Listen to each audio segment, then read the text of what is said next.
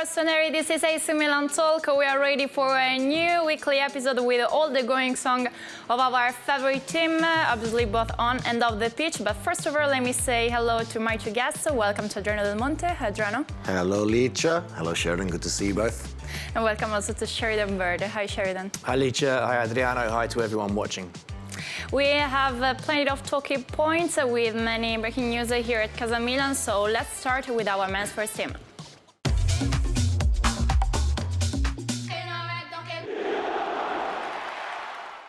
A very difficult week for us, for our Rossoneri, who came to the end of the European journey, the Europa League journey, without a place in the semi-finals. A very difficult night, the last one on last Thursday. Adriano. Difficult, yes, and obviously disappointing. A disappointment throughout the squad. There was a nice opportunity there. Obviously, it was a strong run in that competition, a competition that we hadn't won previously.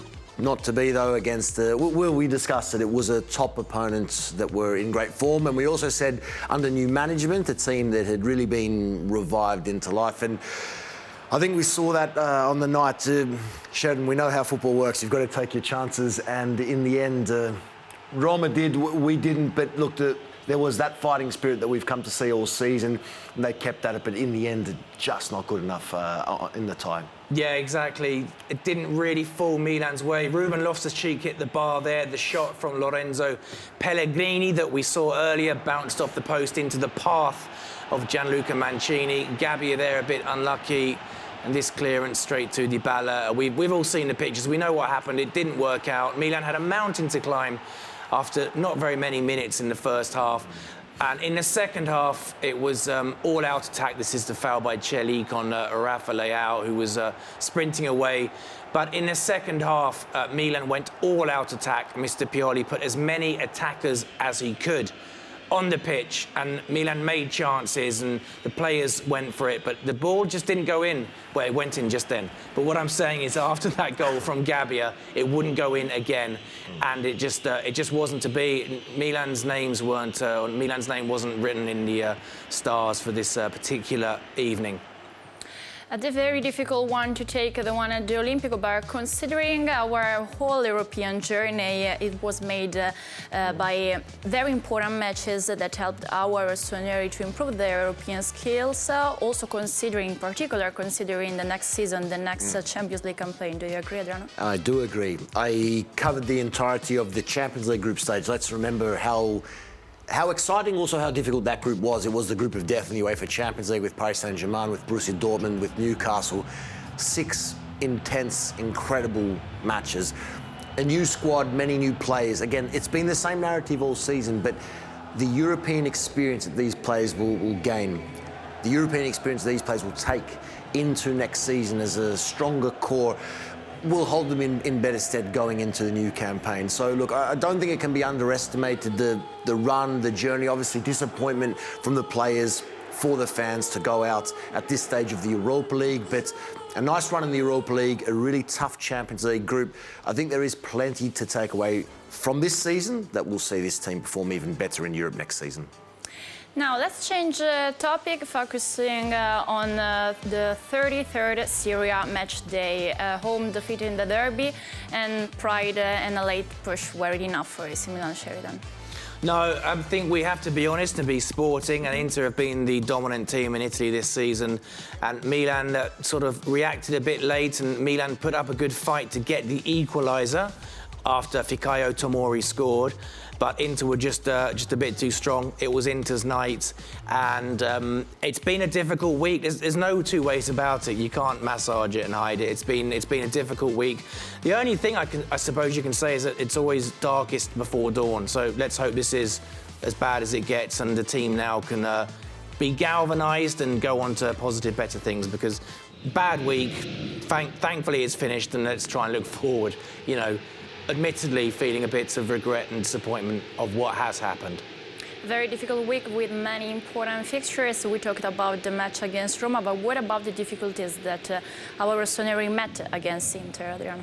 Well, as Sheridan said, we have to, of course, pay respect to our rivals here, of course, who win the championship. Then the difficulties were as such is that it was always going to be a difficult test against the team who have been the benchmark in the competition this season. But again, as we saw in the Europa League, Tomori getting the goal there was that fighting spirit, that continual push, that willingness to get back into the match. Mr. Pioli made a couple of changes that sparked life into the team, a couple of tactical changes as well, and we saw that fighting spirit. I can tell you right in the final seconds of the match, I was covering the match as I do from my TV networks, and was there basically near the Inter Milan technical area and was listening to the conversations, and they were tense, they were nervous for those last 15 minutes because they saw the push, they saw Milan coming.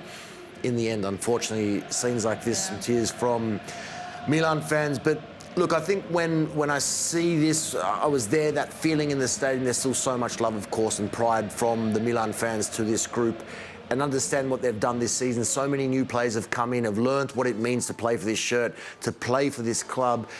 And as we said with the Europa League, the experience from this, I think even the pain and disappointment from losing to Inter in this capacity will hold this team in better stead for next season. So, disappointing week, but look, I'm always positive and optimistic about this great club, and the future will turn around very soon, I'm very sure. And after the clash at San Siro, our number 7, Yacine Adli, shared his post-match reaction with Milan TV. Let's listen. Comunque dobbiamo finire questa stagione al meglio possibile, dobbiamo finire secondi, ci sono ancora, se non sbaglio, 5 partite, quindi dobbiamo lottare fino alla fine e giocare da Milan e fare tutto il bisogno per migliorare, per crescere. Abbiamo un progetto che non è su 1 anno, 2 anni, abbiamo tanti giovani, quindi bisogna lavorare e andare avanti.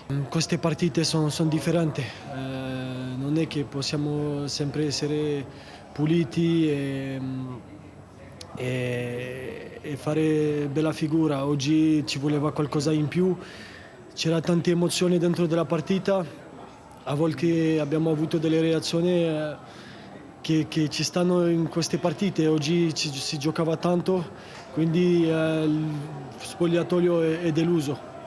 Non posso dirti di più, siamo delusi, volevamo veramente vincere per i nostri tifosi e c'è una delusione enorme. Yacine Adli said a very important sentence, a project built in many years, not only considering this season. So. Absolutely, and I think we have to maintain that perspective. I love Yacine Adli. I think he's a top player, top individual, and you can see the determination still in his eyes, even there post-match, that there is that belief in the project of this club, this group, and where they are going, and that is the perspective to maintain. Milan are in a situation where I say it, I think, every week, but there are many new faces who've been integrated into this squad, and that takes time. So I think for where the team have got to, quarterfinals in Europe, pushing into Milan here, right to the final minute, that's a step forward. They want to take more steps forward, but they also are aware that it is a process, and in no time, commitment to the process, Milan will return to the top of Italy and hopefully Europe as well very soon. Sheridan, what do you think about it? I agree. I think Yacine Adli has had a really good season. It's been his breakthrough season. It's been a season in which he's shown his quality. He's taken on some tactical responsibility, so he's matured as a player. And it is a process. There were lots of new players that came last August, last September that had to bed in. And there might be some new people coming in the summer. So it's constantly about getting the right people in and trying to blend everyone. And it hasn't gone the way we wanted, particularly in the last few weeks. But there have been signs that the new players have been good signings and are making a positive impact. It's just at times like this, I guess your mind doesn't think about that. But there are things to be grateful for and to look forward to for next season. But now looking to the future, looking to the weekend for a new Serie A match day away in Torino to face Juventus. We know very well that it would be a three big match in every sense. The one against the Vecchia Signora is never an ordinary one. And especially now because we have a second place on the table and their third one. So of course, this is a direct battle, more or less, for the top two. A win here will all but secure that second spot, and that is now the objective. Adli there said about the fact of there are 5 games to play. It's important the group finish off strongly. Look, this is, look, we know Juventus, we know Massimiliano Allegri, the approach and how they play. They are tough to score against, perhaps not the high-scoring club in the competition, but it's going to be a tough test, as they always are. Great fixtures. I'll be there to cover this one. Looking forward to it as always. But it will be, of course, Sheridan, a Milan team without some key defenders. We know, unfortunately, at the end of the derby, there were a couple of red cards to Calabria, to Teo.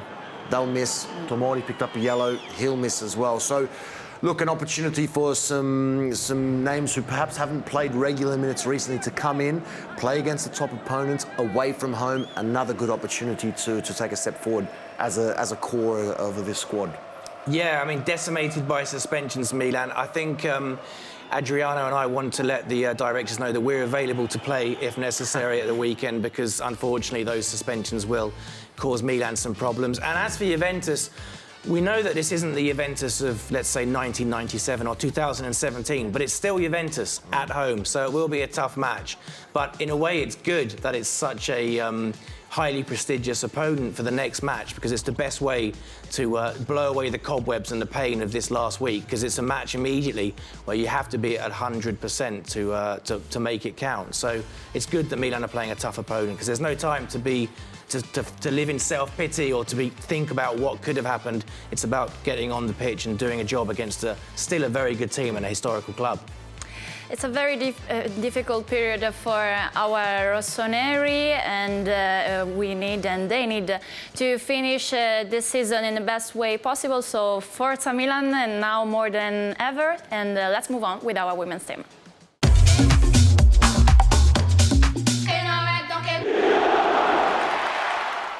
Dubkova and a brace by Ige were enough for our rossoneri against Sampdoria, Adriano.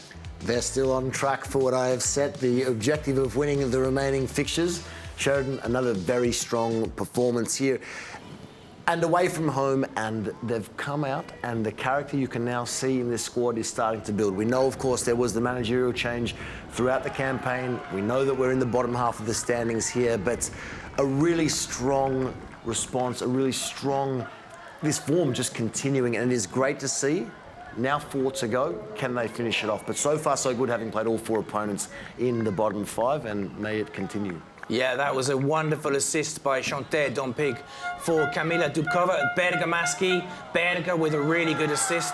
Really good centre-forwards goal from Evelyn Ige, the Swedish international, showing real number 9 quality, or striker quality. And it was a good performance, and yet Milan are really walking this group, this salvation pool. That's a great finish, you have to say. And just keep it going. Finish the season on a high. Sampdoria did score through their midfielder De La Peruta, but Milan were able to restore the 2-goal cushion. And it's just, it's some positive news for the end of a difficult season for Milan Femminile. This is the goal. Really, look at this, Adriano. A really lovely finish. We like no those fuss. Yeah, just into the very corner. Nice. Makes it look too easy. Slick. Yeah, it makes it look very easy. You're right. It's not easy, but she made it look easy. So just keep going, I say. Finish the season on a high.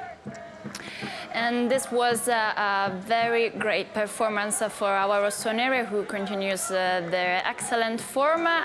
Little focus for our women's team, and we'll be back to talk about them in 2 weeks for the next up that will be against Pomigliano, as now we're seeing in our Women's Serie A program. And now let's move on with our focus after women's team and core design with our under-19s team.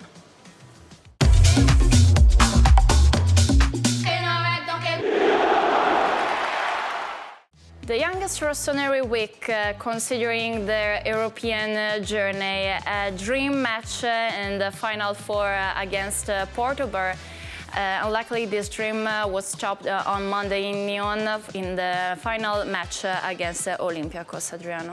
What a fight. Yes, look, we've been looking forward to this for so long, and I think in the end, to have done what they were able to do, get past Porto in the semis, make it to a final, do what no Italian club had ever done in this competition. It is just an incredible achievement. Obviously, it just didn't go our way on the day in that final, but Sheridan, you are the absolute expert, because you covered these very closely, you commentated the final. just what Mr. Abate has been able to do with these young men in recent seasons is absolutely remarkable. And these are stars of the future, no doubt about that. And scenes like this is going to make them even better as professional footballers as they move on with their careers. Absolutely. This goal was in the 94th minute, Adriano. This was the equaliser to make it 2-2, send the match to penalties. It was the giant Alexander Simmelhack who took it to penalties. Noah Ravaier with some more excellent saves. He's really been fabulous, the goalkeeper. Here he is denying Mierles. And this was Kevin Zeroli to win the penalties, and he'd done it 3 matches in a row, or this rather was the 3rd time he scored the winning penalty in a row. Sent Milan into the final, which took place on Monday in Nyon in Switzerland, where Milan met Olympiacos. And basically we have to say that despite the ecstasy and the joy of this victory against FC Porto, Olympiacos were and are a very good team, as I'm sure we'll see very soon. Olympiacos took the lead through a penalty, a debatable penalty, but the referee gave it, and that's all that counts. If the referee points to the spot, you can't do anything else.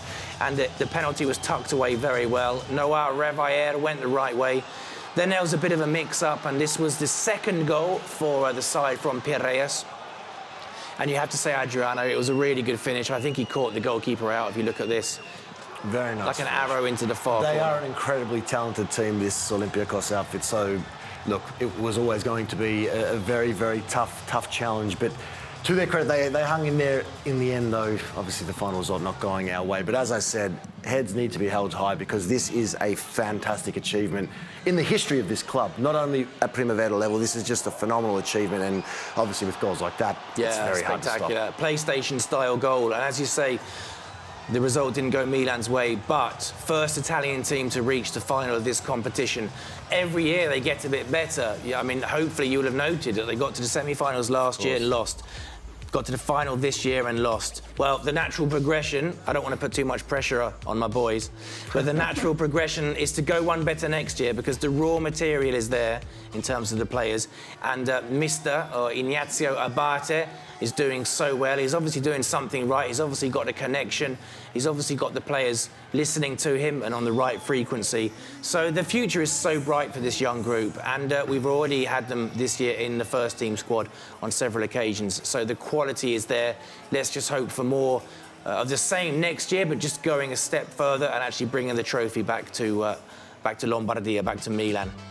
An amazing experience and an important result for the club because AC Milan is the first Italian club to reach the Youth League final match, and this is important also considering how it's important for us the topic of youngest talents. No doubt. As I said earlier, I genuinely believe this is a historic moment in the club's history, not only at Primavera level. It is significant. It will be of great benefit to these players as they progress with their careers, but they will want to go one better. So let's hope for 3rd time lucky next season.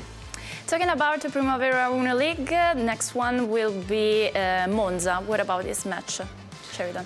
It's one of the matches where Mr. Abate will really earn his money in the sense that he's got to pick the team up. You know, the team on Monday at 6 o'clock were 90 minutes away from a dream. The dream didn't come true, and now the players will probably be feeling deflated and will probably not be that focused on the match, but they have to get back to domestic duties, have to keep winning domestically. Monza will be a tough team to play against, but this is the vice champion of Europe for the category under 19s.